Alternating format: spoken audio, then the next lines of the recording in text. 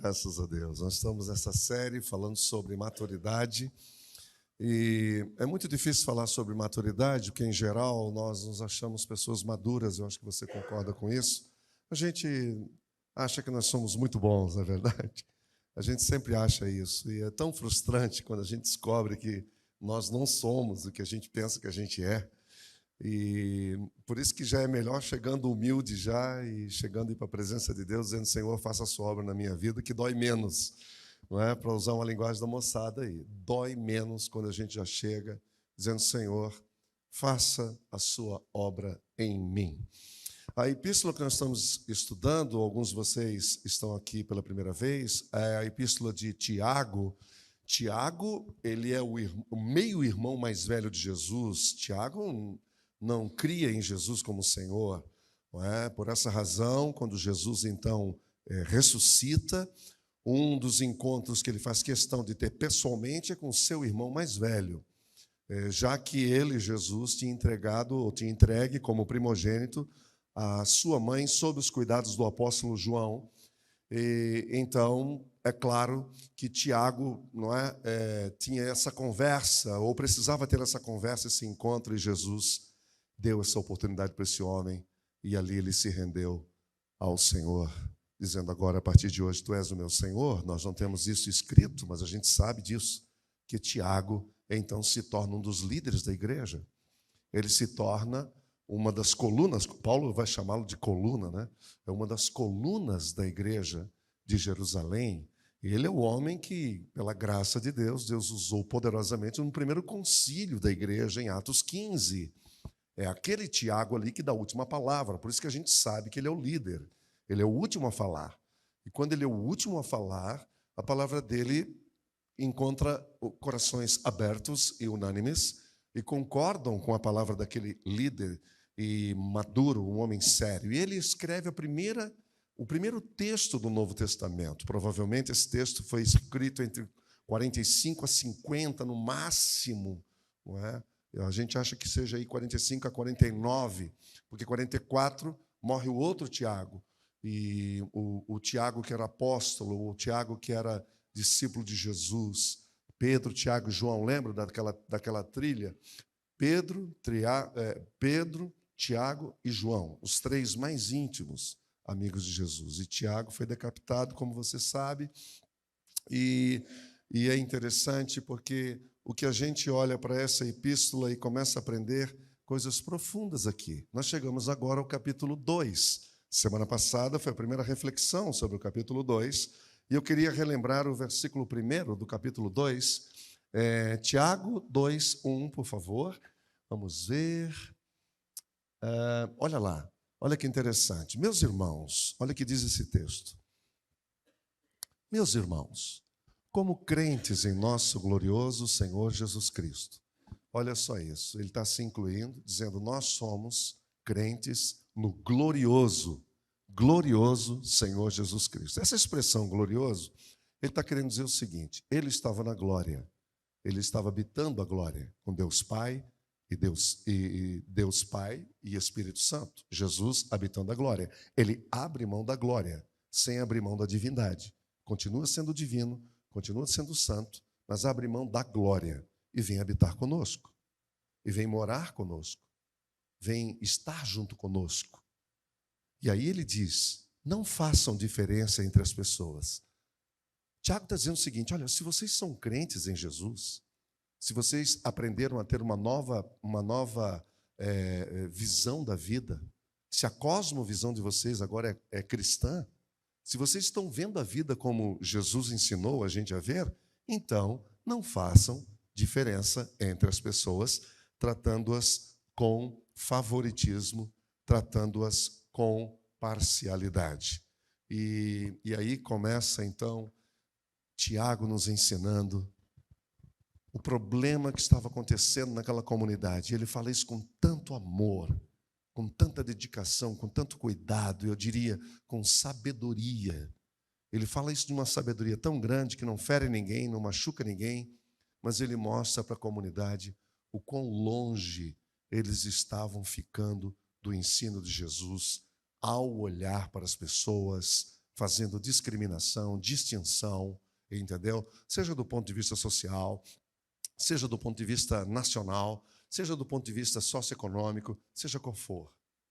Tiago está dizendo, ao pé da cruz, todos nós somos iguais. Não há diferença entre nós. Não há nenhuma diferença. Isso foi o que nós estudamos na semana passada.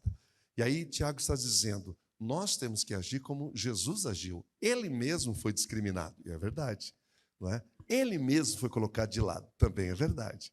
Ele mesmo foi tratado com desprezo. Lembra-se do texto da semana passada de Isaías 53, que Isaías, há 700 anos antes, então já previu isso em Cristo, a sua palavra foi profética, porque as pessoas iriam desprezá-lo e não haveria nenhuma aparência em Cristo que o atraísse ou que nos atraísse a ele, e isso é verdade. E Tiago fala isso, eu creio, não com dor no coração, porque agora ele já está completamente perdoado e curado, mas ele mesmo, Tiago, agiu assim com seu próprio irmão, não o reconhecendo como Cristo, mas pelo contrário, Tiago e os seus irmãos achavam que Jesus estava louco. A única que não saiu do eixo foi Maria, o tempo todo sabendo, e a gente sabe que ela tinha essa compreensão, essa consciência, por causa da visão que o anjo tem com ela antes da sua concepção, e eu creio, é só uma opinião pessoal minha, eu creio que Maria sabia de tudo o tempo todo. Então ela nunca se surpreendia, ela apenas ficava quieta, observando, e a gente tem relatos disso no Evangelho. Ela observava os movimentos e sempre quietinha na dela, sabendo que Deus estava conduzindo a história e que o Pai estava conduzindo a história. No dia da oração de Pentecostes, estava lá Tiago junto com a sua mãe, buscando a unção e o poder do Espírito Santo. E esse homem foi cheio do Espírito Santo e por isso ele pôde escrever essa epístola maravilhosa, essa carta maravilhosa que é tão atual hoje, que é tão importante hoje. E é isso que eu gostaria de continuar estudando com vocês. E hoje, começando no versículo 5, por favor. No versículo 5 diz assim, olha lá, vamos ler os 3 versículos de hoje, os 5, 6 e o 7, por favor. Vamos juntos, vamos ler juntos o texto? Vamos lá? Com a pontuação, com vírgula direitinho? Vamos lá? No 1, 2, 3? 1, 2, 3.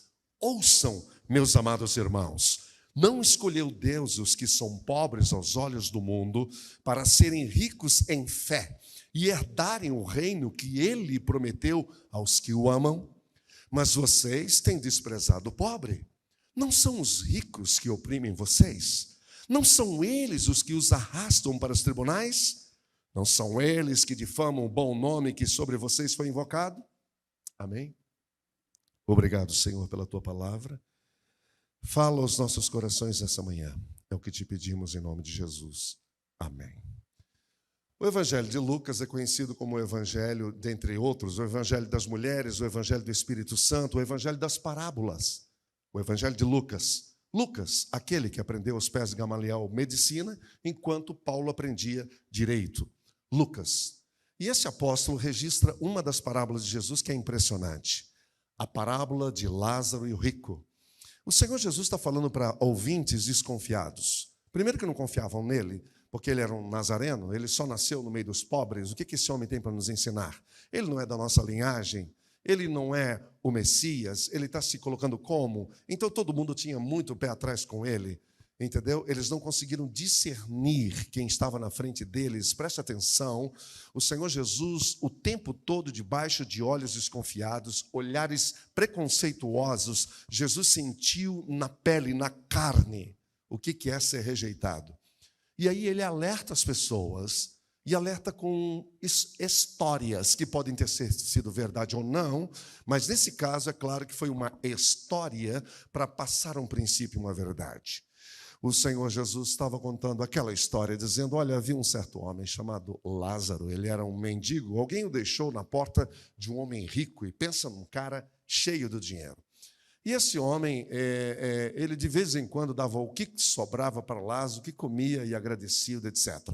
Um dia, Lázaro morreu e foi recebido no seio de Abraão. E logo depois, o rico também morreu e foi para o Hades. Uma distinção. Seio do Abraão e Hades. Aquilo que nós poderíamos chamar de céu e eternidade, a vida eterna. Ou a morte eterna. E é interessante que, uma vez quando chegou o Hades, esse rico olha para o seio de Abraão e vê lá Lázaro com ele. Então, esse rico, que ainda pensava que era rico, ainda pensava que dominava, ainda pensava que comprava as pessoas, pensava que ainda estava na mesma dimensão, na mesma categoria, começou a dar ordens. E dizendo, ô Abraão, que negócio é esse que esse cara está aí com você e eu aqui morrendo de sede, no tormento? Jesus contando isso. Manda que Lázaro venha até mim. Não tem gente que é assim, que manda em todo mundo? Você conhece alguém assim, não? Que acha que é o dono de todo mundo está debaixo da ordem dele, gosta de dar ordens, não é? Esse camarada já estava no inferno, queimando no fogo baixo, entendeu? E ele ainda estava dando ordens. E é interessante isso que Jesus está contando, ele abre um pequeno, como se levantasse um pouquinho a ponta do véu para a gente entender o que é a morte eterna, sob debaixo de tormento. Entendeu? Se alguém tem curiosidade para saber o que é o inferno, preste atenção nesses detalhes, nesses pequenos detalhes. E esse homem, no desespero, quer dar uma ordem para Abraão, e o Abraão diz, olha, não dá, existe um abismo entre nós. Eu não posso permitir que Lázaro saia daqui e vá para você aí. E aí, sabe o que esse cara deveria ter ficado quieto? Ele falou, então faça o seguinte, Abraão, manda alguém lá embaixo, então, avisar a minha família, porque eu não quero que eles venham para onde eu estou. E aí Abraão disse, não, mas eles têm os profetas, eles têm lá o Moisés, eles têm a lei, está tudo na mão deles já. E aí o cara insistiu, e como ele insistiu, Abraão disse, olha meu filho, deixa eu falar uma coisa para você, se eles não ouvirem os profetas, se eles não ouvirem Moisés, não adianta ressuscitar ninguém e mandar lá embaixo para avisar para eles o que está acontecendo. O que eu vejo aqui? Eu vejo um olhar equivocado das pessoas. A gente faz as opções erradas. É quando a gente não entende qual é o projeto de Deus, quando a gente não consegue enxergar do jeito que Deus enxerga. É isso que Tiago está nos ensinando aqui. Aquele rico, a vida inteira, teve um olhar míope no mundo da espiritualidade. E Lázaro, um mendigo, um pobre, entendeu? Foi recebido no seio de Abraão. Tiago está nos dizendo, versículo 5, ouçam, meus amados irmãos. É com amor que ele fala isso. É o amor que realmente faz a gente entender a palavra de Deus. Não adianta um camarada chegar aqui, gritar com você, falar alto com você, não é no volume de voz, entendeu? Não é na agressividade, não é na obrigatoriedade, que você vai entender a palavra de Deus, mas é no amor, porque se você não entender no amor, então você não está entendendo a linguagem que o Senhor Deus usa para falar conosco. Tiago disse, meus irmãos, não escolheu Deus os que são pobres aos olhos do mundo, para serem ricos em fé e herdarem o reino que ele prometeu aos que o amam? Tiago está continuando o seu argumento, só que agora ele está dando base teológica para o que ele acabara de dizer no versículo 1, que a gente leu aqui. Ele está dando base teológica. Ele está dizendo, olha, sabe a razão pelo qual nós devemos amar as pessoas indistintamente da cor da pele, não importando a cor da pele, não importando a descendência ou a ascendência, não importando o salário, o lugar onde ele mora, onde ela mora, não importando o carro que ela usa ou a roupa que ela usa. Eu vou fazer uma pergunta para as minhas irmãs que estão aqui, que elas observam mais do que nós, os homens. A gente entra na loja, se olhar para nós tudo bem, se não olhar não estamos nem aí. Mas com as irmãs o negócio é diferente. A irmã já entrou alguma vez numa loja e aquela vendedora olhou para você assim, de cima até embaixo, te deu aquela medida? Eu duvido que não tenha acontecido pelo menos uma vez com você. Algumas cabecinhas já disseram que sim. É tão triste isso, não é verdade? Você tem vontade de continuar ali naquela loja dizendo, nossa, que recepção calorosa? Ninguém tem vontade. Sabe por quê? Porque o preconceito é horroroso. Porque a acepção de pessoas é uma coisa que destrói. Sabe por quê? Porque isso fere o nosso orgulho, isso nos fere, isso nos machuca. A gente se sente julgado pelas pessoas. E Tiago está levantando uma questão aqui, que Como vocês sabem, obviamente, essa epístola foi escrita porque ele está corrigindo uma série de equívocos dentro da comunidade. E esse era um deles. Preste atenção comigo. Eles estavam tratando com diferenciação os próprios irmãos de dentro da comunidade. E quando chegava alguém de fora, que era abastado, então eles tratavam com distinção. Tiago está dizendo que está errado isso. Isso não é o caminho, vocês estão fazendo de forma equivocada. Vocês estão fazendo separação entre as pessoas. Vocês estão categorizando as pessoas, departamentalizando as pessoas. Lucas 6:20 nos diz: bem-aventurados vocês os pobres, pois a vocês pertence o reino de Deus. Olha como que Deus olha diferente, é isso que Tiago está dizendo. Preste atenção. Talvez você esteja usando categorias que Deus não está usando. Já pensou o susto chegar na eternidade e descobrir que eu e você estávamos totalmente fora do foco? Totalmente fora do foco.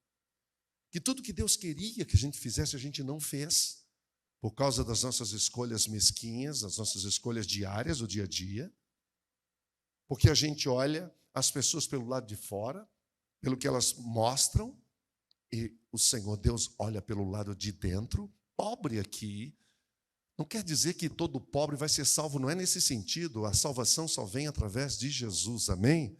E é pela graça, você está entendendo?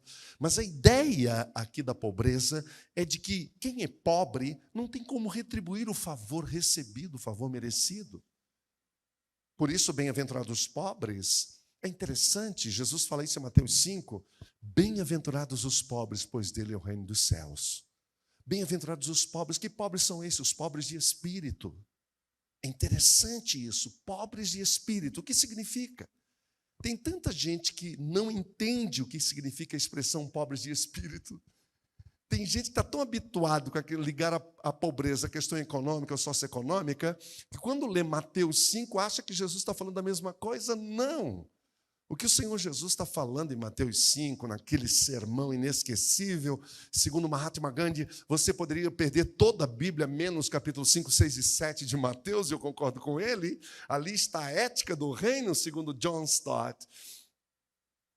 Ali Jesus está dizendo o seguinte: quando você reconhece que você é mendigo, que você não tem nada, que você precisa de algo para sobreviver, e você reconhece que só o Pai pode te dar isso, é a esses que Deus chama para perto dele. Deus dá graça aos humildes e dá as costas aos soberbos. Pobreza significa dizer: olha, eu não tenho, eu preciso. Eu não tenho, eu preciso. É pobre de espírito, ele reconhece que é pobre de espírito, ele reconhece: eu preciso do Espírito Santo no meu coração. Eu não tenho o Espírito Santo, eu não tenho amor, eu não tenho alegria, eu não tenho paz, eu não tenho paciência, eu não tenho esperança, eu não tenho perseverança, eu não tenho domínio próprio, eu não tenho mansidão. Eu preciso disso. Alguém, conceituando a igreja, disse que a igreja nada mais é do que o lugar que agasalha os mendigos que descobriram pão e estão levando pão para outros mendigos, e é só isso. Ninguém é melhor do que ninguém. Portanto, Tiago está nos dizendo: tome cuidado, porque de repente você pode estar rejeitando uma pessoa que Deus não apenas não o rejeitou, mas também o escolheu. E aqui está a base teológica: ele nos escolheu. Betânia, você sabe, significa casa dos pobres ou casa dos aflitos. É isso que significa a palavra Betânia, o lugar que agasalha os aflitos, os pobres, aqueles que se encontram pobres, dizendo: eu preciso desse Deus, eu preciso depender desse Deus. Sem esse Deus eu não vou a lugar nenhum. O problema de nós estarmos julgando com o nosso olhar é que o nosso olhar ele é parcial. Nós somos muito parciais nas nossas escolhas. A gente não percebe isso, mas a gente é. Nós somos egoístas. Nós somos muito pusilanes. Uma hora a gente quer de um jeito, outra hora do outro. E aí a gente vai escolhendo as pessoas que a gente gosta e aquelas que a gente não gosta, a gente deixa do outro lado. O problema disso é que se nós não usarmos o filtro de Deus, nós podemos incorrer no erro de querer andar com gente que Deus não abençoa. E deixamos de andar com aqueles que Deus quer que a gente ande. Há um texto que eu quero ler com você em 1 Coríntios, capítulo 1, logo de entrada na carta, do versículo 26 a 31, Paulo está nos chamando a atenção. E olha só o que ele está nos dizendo. Irmãos, pense no que vocês eram quando foram chamados. Pensa só um pouquinho. É isso que Paulo está querendo dizer. Pensa só um pouquinho. Quem vocês eram? Onde vocês foram encontrados? Como vocês estavam? Posso fazer uma pergunta pessoal? Alguns de vocês aqui ainda lembram de como que o Senhor Jesus o encontrou quando Ele te resgatou? Alguns lembram até o dia, né, e a data. Tem gente que comemora isso, né? Outros, como eu, que nasceu em família cristã, não é? A coisa aconteceu de uma forma tão natural que a gente nem percebe, nós não temos uma data. Mas eu lembro de alguns eventos, eu lembro onde eu estava, eu lembro como eu estava, quando a graça do Senhor Jesus me pegou e me alcançou. Veja só, poucos eram sábios segundo os padrões humanos, poucos eram poderosos. Paulo está se referindo à igreja do primeiro século, que tinha muitos, não poucos, muitos pobres e muitos escravos. Era gente abandonada, rejeitada, gente que ninguém queria, gente odiada, gente marginalizada. Essa foi a base da primeira igreja. Isso é incrível, porque a mensagem que Jesus trouxe foi tão amorosa, tão cheia de amor, que eles não resistiram. Eles não resistiram ao amor e à graça de Deus. Por isso, aqueles pobres que eram rejeitados pelos sacerdotes, sumos sacerdotes, toda a classe clerical da época, quando chegou Jesus, chegou com amor e abraçando-os, eles não resistiram. Por isso que Paulo está falando isso. Poucos eram poderosos, poucos eram de nobre nascimento, mas Deus escolheu as coisas loucas do mundo para envergonhar os sábios. E eu aqui, quando eu leio esse texto, eu estou me lembrando de Pedro e João no Sinédrio, após Atos 3, aquele cara ser curado ali. E o Sinédrio, você sabe o que significa Sinédrio? É o STF da religião de Israel. É a Suprema Corte Religiosa de Israel, reunida na capital Jerusalém para resolver um problema. Teve um cara que foi curado na porta do templo de uma forma milagrosa. E o que é isso? Foi um espanto. E ali estava Pedro e João, todo mundo conhecia, pessoas iletradas, pessoas que não tinham capacidade nenhuma, que nunca sentaram numa escola rabínica, não tiveram o privilégio de, desde meninos, aprenderem a letra ao lado de um mestre rabino. Não eram da linhagem farisaica mais importante, a mais poderosa. Não era nada disso, eram só dois pescadores. E como que esses caras poderiam ser os protagonistas de um evento incrível que nós nunca vimos acontecer na nossa religião? Isso desmorona o mundo desses caras. Isso acaba com o orgulho. Isso destrói a arrogância. Isso destrói tudo que é humano. E apenas o nome do Senhor se sobressai. E eles não podiam argumentar nada, porque estavam observando que Pedro falava de um modo. Falaram, como que esse cara está falando do jeito que está falando? É isso que Paulo está dizendo. Ele escolheu as coisas insignificantes do mundo, as desprezadas e as que nada são, para reduzir a nada as que são, para que ninguém se glorie diante dele. Agora veja isso.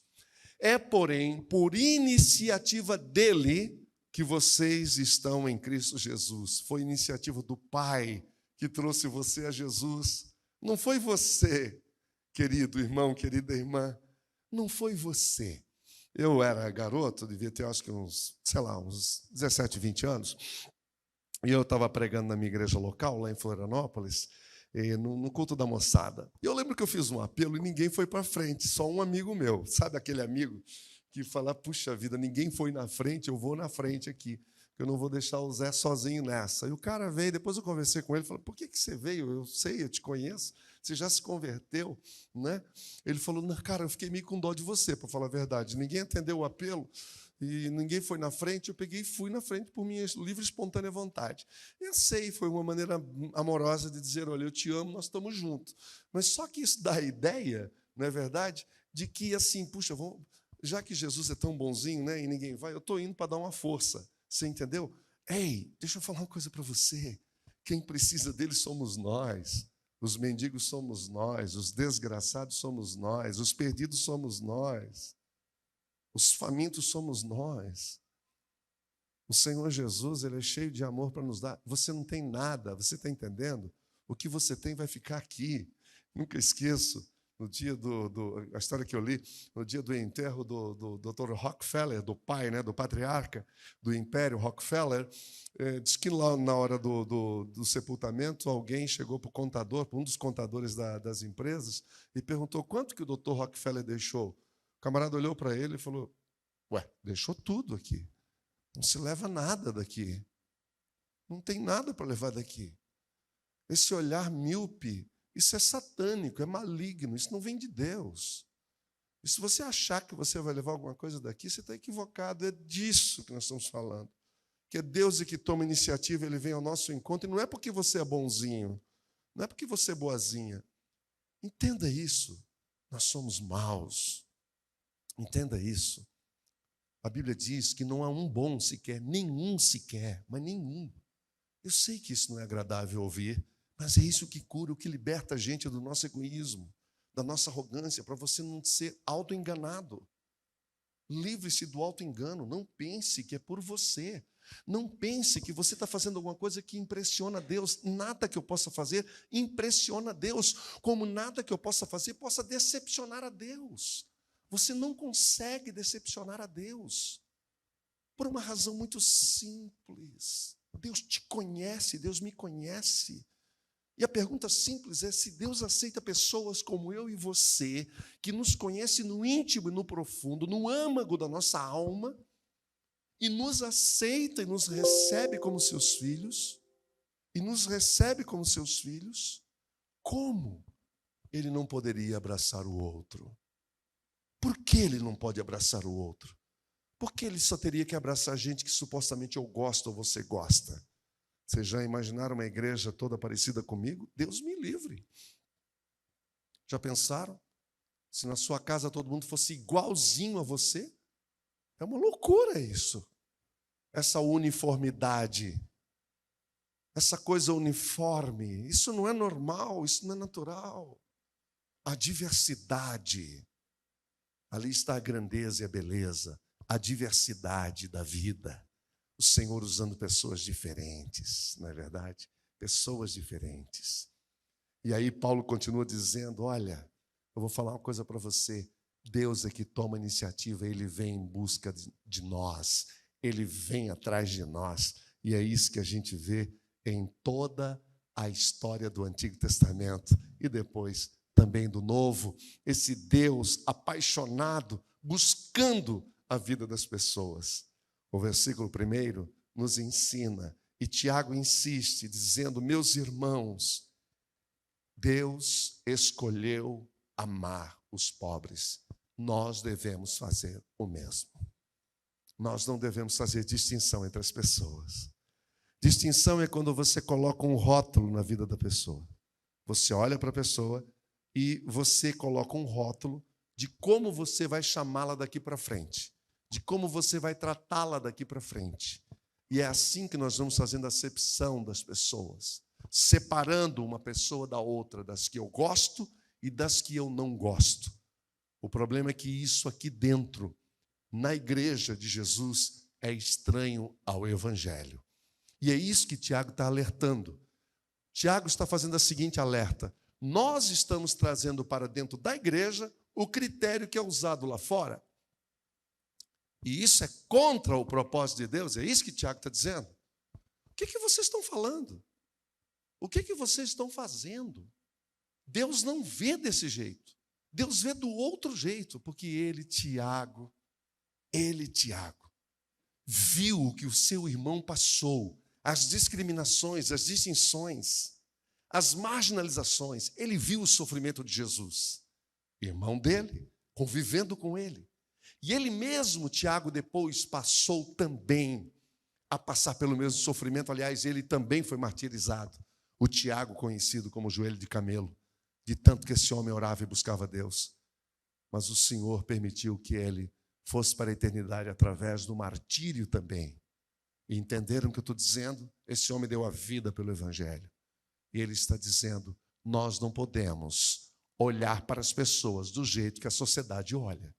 Nós temos que aprender a olhar para a sociedade, para as pessoas, para a comunidade, para as pessoas que convivem conosco, do jeito que Deus olha. E Deus olha com amor. Eu posso fazer uma pergunta pessoal? Como que você imagina que Deus olha para você?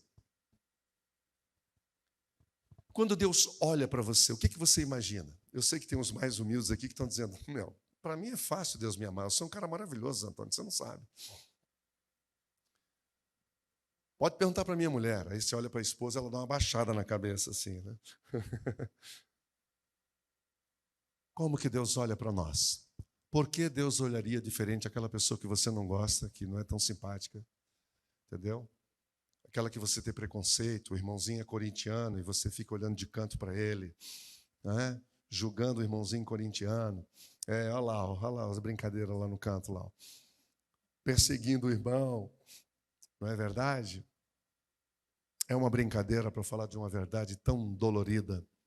Nós precisamos mudar isso na vida da igreja. O objetivo da Betânia é que a gente se aproxime cada vez mais do ensino de Jesus. É bem simples, é isso que a gente quer. Nós não queremos ser a igreja top, a igreja da moda, a igreja da wave. Nós não queremos ser a igreja, como é que a turma fala aí? A igreja relevante. Nós não queremos ser a igreja relevante. Não estou nessa onda. Não quero isso. Eu só quero uma coisa, é o que eu vou dizer para vocês. E pensa num trem desafiador, que é seguir o evangelho de Jesus. Satanás não tem nenhum problema com qualquer tipo de movimento gospel. Ele não tem nenhum problema, ele dá até umas forças, dá até uma ajudinha. Agora, com a igreja que diz assim, nós só queremos viver o que Jesus ensinou, aí começam os problemas. Os seus problemas só vão começar a hora que você quiser praticar o evangelho de verdade. E quando eu falo praticar o evangelho de verdade, é praticar mesmo. Não é aquele irmão que vive pisando na bola, depois diz que o diabo está pegando no pé dele. Não, irmão, você é um pisão. Você não está entendendo. Você dá um péssimo testemunho. Você tem um testemunho horrível, uma ética horrorosa. Não diga para ninguém que você é de Jesus, por favor. Faça um favor. Porque a perseguição vem sobre ele por causa do mau testemunho. E isso é horrível. E você não precisa disso. Agora o que nós precisamos é de uma comunidade onde a gente possa amar as pessoas. Onde a gente possa amar as pessoas como Jesus amou. Onde você possa tratar as pessoas do jeito que você gostaria de ser tratado. Como você gostaria de ser tratado? Como você gosta de ser tratado? Não é com amor? Não é com respeito? Então não importa a cor da pele. Não importa se a pessoa usa piercing, se ela está usando uma tatuagem ou não. E eu não estou aqui fazendo apologia e defesa de tatuagem. Eu só estou dizendo, não vamos discriminar ninguém porque usa uma tatuagem. Parar com aquelas conversinhas, olha a roupinha dele, olha o vestidinho dela, olha não sei o que, não sei o que. Falando, olha para dentro de você, irmão. Olha para dentro de você. E não julga o outro pela aparência. Porque não é assim que Deus julga as pessoas. Deus olha o coração das pessoas. É possível que pessoas que você despreza, é possível, ouça, pessoas que você não gosta, e que Deus é apaixonado por ela. Deus ama aquela pessoa. Deus quer aquela pessoa. Então aprenda a amar as pessoas como Jesus amou. Porque eu sou um deles e você também. É isso que Tiago está dizendo. Porque no versículo 6 e 7, ele faz uma reprimenda incrível. Não são eles, os ricos, que condenam vocês? Que perseguem vocês, que pagam com muito bom dinheiro seus advogados para incriminar vocês? O versículo 7 até fala coisa até mais grave. Fala, não são eles que difamam o bom nome pelo qual vocês foram batizados? Vocês foram batizados no santo, poderoso e precioso nome de Jesus, dos quais eles zombam. Dos quais eles zombam. Porque o que estava acontecendo? Quando os pobres eram levados nos tribunais, e os patrões levavam os pobres, eles já tinham conversado com a maioria dos magistrados, e naquela cultura já havia um ódio contra aquela comunidade que insistia em dizer que aquele galileu estava vivo. E que uma vez por semana eles se reuniam para tomar o sangue de alguém e comer o corpo de alguém. Então, nos tribunais, era esse o argumento. Falei, como que vocês vão acreditar em gente que crê que aquele maluco ainda está vivo? E aí Tiago diz, é nessa gente, é essas pessoas que vocês estão bajulando? São essas pessoas que vocês estão fazendo média com elas? Na igreja, não. É isso que Tiago está dizendo. A igreja de Jesus tem que ser diferente do mundo. E nós não somos diferentes no discurso. Não, o discurso não muda nada. Se mudasse, esse mundo já estaria maravilhoso. O que muda é a prática, o que muda é a nossa atitude. Então não faça acepção de pessoas, nem aqui dentro e nem lá fora. Como que você trata as pessoas que trabalham com você, as que estão abaixo de você? Como que você trata as pessoas que estão acima de você? É isso que faz a diferença no mundo. Nós estamos precisando disso, de amor, na prática, na real. É tratar bem as pessoas, é dizer thank you. Quanto custa isso? Quanto custa dizer muito obrigado? Sou grato pela sua atenção. Quanto custa olhar nos olhos das pessoas? Quanto custa? Quanto custa dar um oi? Não quer pegar na mão, não pega. Não quer dar soquinho, não dá. Mas olhar você pode. Feiura não passa, graças a Deus. Graças a Deus. Feiura não passa, não pega. Não é verdade?